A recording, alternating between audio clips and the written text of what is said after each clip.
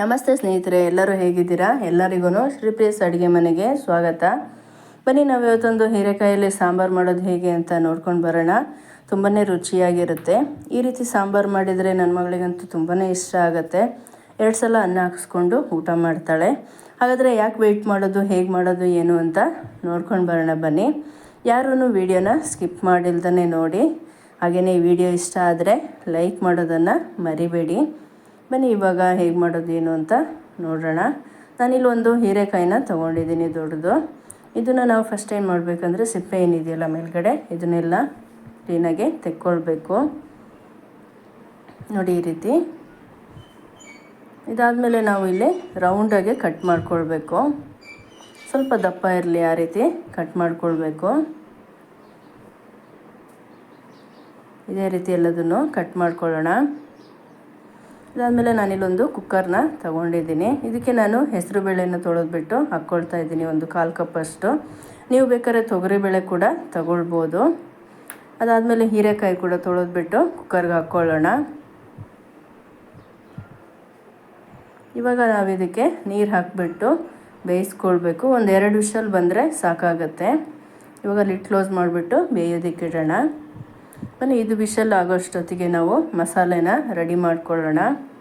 ನಾನಿಲ್ಲೊಂದು ಅರ್ಧ ಸ್ಪೂನಷ್ಟು ಕಡಲೆಬೇಳೆನ ತಗೊಂಡಿದ್ದೀನಿ. ಇದನ್ನು ಹಾಗೆ ಡ್ರೈ ನಾವು ಫ್ರೈ ಮಾಡ್ಕೊಳ್ಬೇಕು ಎಲ್ಲದನ್ನು. ಅದಾದಮೇಲೆ ಒಂದು ಅರ್ಧ ಸ್ಪೂನಷ್ಟು ಉದ್ದಿನಬೇಳೆನ ತಗೊಳ್ತಾ ಇದ್ದೀನಿ. ಅದಾದಮೇಲೆ ಮೆಣಸಿನ್ಕಾಯಿ, ಖಾರಕ್ಕೆ ಎಷ್ಟು ಬೇಕೋ ಅಷ್ಟು, ಜೀರಿಗೆ ಒಂದು ಅರ್ಧ ಸ್ಪೂನು, ಕಾಳುಮೆಣಸು ಸ್ವಲ್ಪ, ಹಾಗೆಯೇ ಧನ್ಯ ದೊಡ್ಡ ಸ್ಪೂನಲ್ಲಿ 1 ಸ್ಪೂನು. ಆದಷ್ಟು ಫ್ಲೇಮ್ನ ಫುಲ್ಲು ಸ್ಲಿಮ್ಮಲ್ಲಿ ಇಟ್ಬಿಟ್ಟು ನಾವು ಫ್ರೈ ಮಾಡ್ಕೊಳ್ಬೇಕು. ಸ್ವಲ್ಪ ಕಲರ್ ಚೇಂಜ್ ಆಗಬೇಕು ಇದು, ಹಾಗೆಯೇ ಸ್ವಲ್ಪ ಸ್ಮೆಲ್ ಬರಬೇಕು, ಅಲ್ಲಿವರೆಗೂ ನಾವು ಫ್ರೈ ಮಾಡ್ಕೊಳ್ಬೇಕು. ನೋಡಿ, ಇವಾಗ ಸ್ವಲ್ಪ ಕಲರ್ ಚೇಂಜ್ ಆಗ್ತಾ ಇದೆ, ಇಲ್ಲಿವರೆಗೂ ಫ್ರೈ ಮಾಡ್ಕೊಳ್ಬೇಕು. ಅದಾದಮೇಲೆ ನಾನಿಲ್ಲಿ ಸ್ವಲ್ಪ ಅಕ್ಕಿನ ತಗೊಳ್ತಾ ಇದ್ದೀನಿ, ಸ್ವಲ್ಪ ಸಾಕು. ಅದಾದಮೇಲೆ ಕರಿಬೇವು ಹಾಕ್ಬಿಟ್ಟು ಅದನ್ನು ಫ್ರೈ ಮಾಡ್ಕೊಳ್ಳೋಣ.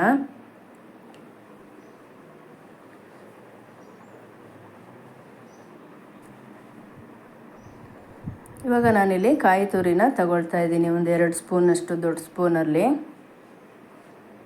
ಇದನ್ನು ಏನು ಜಾಸ್ತಿ ಫ್ರೈ ಮಾಡಬೇಕಾಗಿಲ್ಲ, ಸ್ವಲ್ಪ ಫ್ರೈ ಮಾಡಿದರೆ ಸಾಕಾಗತ್ತೆ.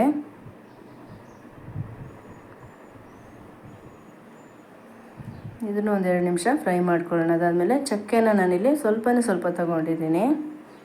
ಇವಾಗ ಸ್ಟವ್ ಆಫ್ ಮಾಡಿಬಿಟ್ಟು ಹುಣಸೆಹಣ್ಣು ಹಾಕ್ಕೊಳ್ಳೋಣ. ಹುಣಸೆಹಣ್ಣು ಸ್ವಲ್ಪ ಜಾಸ್ತಿ ಬೇಕು. ಇದು ತಣ್ಣಗಾದ್ಮೇಲೆ ರುಬ್ಕೊಳ್ಬೇಕು. ಒಂದು ಜಾರ್ ತೊಗೊಂಡ್ಬಿಟ್ಟು ಇದಕ್ಕೆ ಹಾಕ್ಬಿಟ್ಟು ಇವಾಗ ರುಬ್ಕೊಳ್ಳೋಣ. ನೀರು ಹಾಕ್ಬಿಟ್ಟು ತುಂಬ ಸಣ್ಣಕ್ಕೆ ರುಬ್ಕೊಳ್ಬೇಕು. ನೋಡಿ ಈ ರೀತಿ. ಇವಾಗ ವಿಷಲ್ ಹೋಗಿದೆ, ಇದನ್ನು ತೆಗಿಯೋಣ. ನಾವು ಯಾವ ಪಾತ್ರೆಯಲ್ಲಿ ಸಾಂಬಾರು ಮಾಡ್ತೀವೋ ಆ ಪಾತ್ರೆಗೆ ಇದನ್ನು ಬಗ್ಗಿಸ್ಕೊಳ್ಳೋಣ.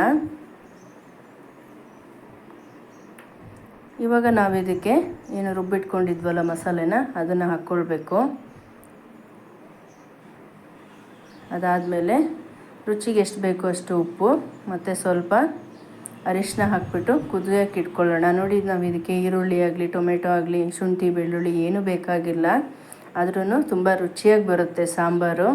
ಈ ದೇವಸ್ಥಾನದಲ್ಲಿ ಯಾವ ರೀತಿ ರುಚಿ ಇರುತ್ತಲ್ವ, ಆ ರುಚಿ ಬರುತ್ತೆ ಈ ರೀತಿ ಮಾಡಿದರೆ ನಾವು ಸಾಂಬಾರನ್ನ. ಚೆನ್ನಾಗಿ ಕುದಿ ಬಂದಮೇಲೆ ನಾನಿಲ್ಲಿ ಬೆಲ್ಲನ ಹಾಕ್ತಾಯಿದ್ದೀನಿ. ಬೆಲ್ಲ ಸ್ವಲ್ಪ ಹಾಕ್ಬಿಟ್ಟು ಕುದಿಸ್ಕೊಳ್ಬೇಕು. ಅದಾದಮೇಲೆ ಕೊತ್ತಂಬರಿ ಸೊಪ್ಪನ್ನ ಹಾಕ್ಕೊಳ್ಬೇಕು. ನಾನಿಲ್ಲಿ ಒಗ್ಗರಣೆಗೆ ಒಂದು 2 ಸ್ಪೂನಷ್ಟು ತುಪ್ಪನ ತಗೊಳ್ತಾ ಇದ್ದೀನಿ. ಅದಕ್ಕೆ ಸ್ವಲ್ಪ ಜೀರಿಗೆ ಹಾಕ್ಕೊಳ್ಳೋಣ. ಅದಾದಮೇಲೆ ಮೆಣಸಿನ್ಕಾಯಿ, ಸ್ವಲ್ಪ ಸಾಸಿವೆ, ಇವಾಗ ಕರಿಬೇವು ಹಾಕ್ಬಿಟ್ಟು ಒಗ್ಗರಣೆ ಮಾಡ್ಕೊಳ್ಳೋಣ. ನೋಡಿ, ಸಾಂಬಾರು ರೆಡಿ ಆಯಿತು. ತುಂಬ ಈಸಿ ಕೂಡ ಮಾಡೋದಕ್ಕೆ, ತುಂಬ ರುಚಿಯಾಗಿರುತ್ತೆ ಕೂಡ. ಖಂಡಿತ ನೀವೊಂದು ಸಲ ಮನೆಯಲ್ಲಿ ಟ್ರೈ ಮಾಡಿ, ಹಾಗೆ ಹೇಗಿತ್ತು ಅಂತ ಕಮೆಂಟ್ ಮಾಡೋದನ್ನು ಮರಿಬೇಡಿ. ಹಾಗೆಯೇ ನಿಮಗೆ ಈ ವಿಡಿಯೋ ಇಷ್ಟ ಆದರೆ ಲೈಕ್ ಮಾಡಿ, ನಿಮ್ಮ ಫ್ರೆಂಡ್ಸಿಗೂ ಶೇರ್ ಮಾಡಿ. ಹಾಗೆಯೇ ಯಾರ್ಯಾರು ನನ್ನ ಚಾನಲ್ನ ಸಬ್ಸ್ಕ್ರೈಬ್ ಆಗಿಲ್ವೋ ಖಂಡಿತ ಸಬ್ಸ್ಕ್ರೈಬ್ ಆಗಿ. ನೆಕ್ಸ್ಟ್ ನಾನು ಹಾಕೋ ಎಲ್ಲ ವಿಡಿಯೋಗಳನ್ನು ನಿಮಗೆ ನೋಟಿಫಿಕೇಷನ್ ಬರುತ್ತೆ. ನೀವು ಕೂಡ ಈ ರೀತಿ ರೆಸಿಪಿಗಳನ್ನ ಮನೆಯಲ್ಲಿ ಟ್ರೈ ಮಾಡ್ಬೋದು. ಹಾಗೆ ಇಂಥದ್ದೇ ಒಂದು ವಿಡಿಯೋದೊಂದಿಗೆ ಭೇಟಿಯಾಗೋಣ. ಅಲ್ಲಿವರೆಗೂ take care, bye, thank you.